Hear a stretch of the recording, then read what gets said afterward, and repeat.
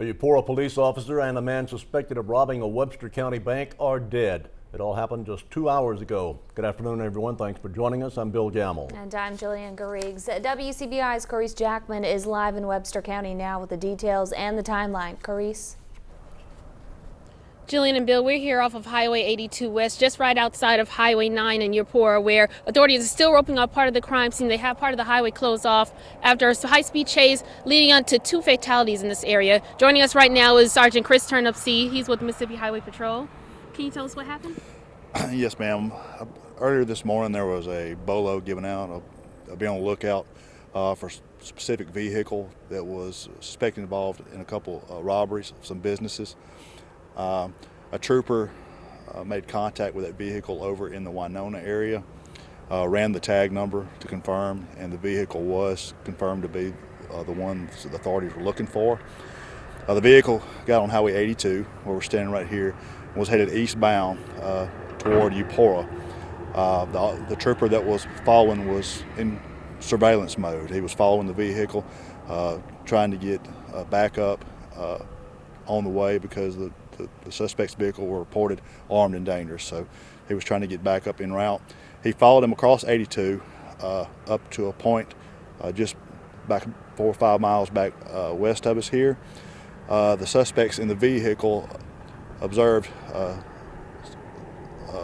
some local law enforcement on the side of the road with the blue lights on. The suspects then sped up, began to flee. They continued they continued east here on 82. That's when the pursuit started. The pursuit lasted about 3 miles or so. A local police officer, Eupora police officer, was attempting to deploy a spike strip on the 82 eastbound lanes. The suspect saw the spike strip, attempted to avoid the spike strip. He entered the median where the Eupora police officer was and collided with the Eupora police officer. He was killed on the scene. The car continued east in the median and collided with one of these steel light poles you see out here, where one of the occupants of the vehicle was ejected and killed.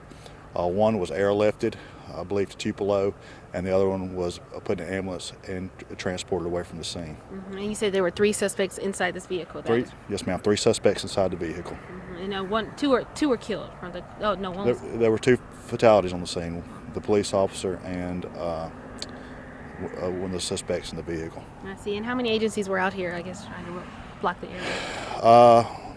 3 or 4 agencies: local, city, county, Highway Patrol. We had our Mississippi Bureau of Investigations here because this is a criminal scene when a police officer is involved.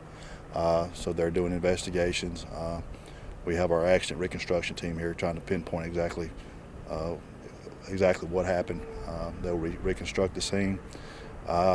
Local fire, EMS were also involved, as well as the air evac that came from Tupelo.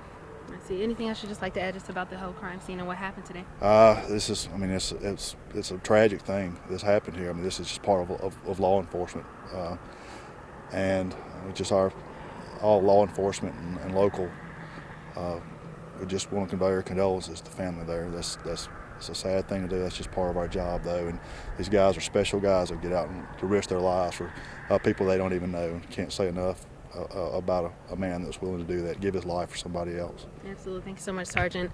So again, that's the scene right now. 2 fatalities. We'll have more for you later on today. WCBI News at 5 and 6. Back to you.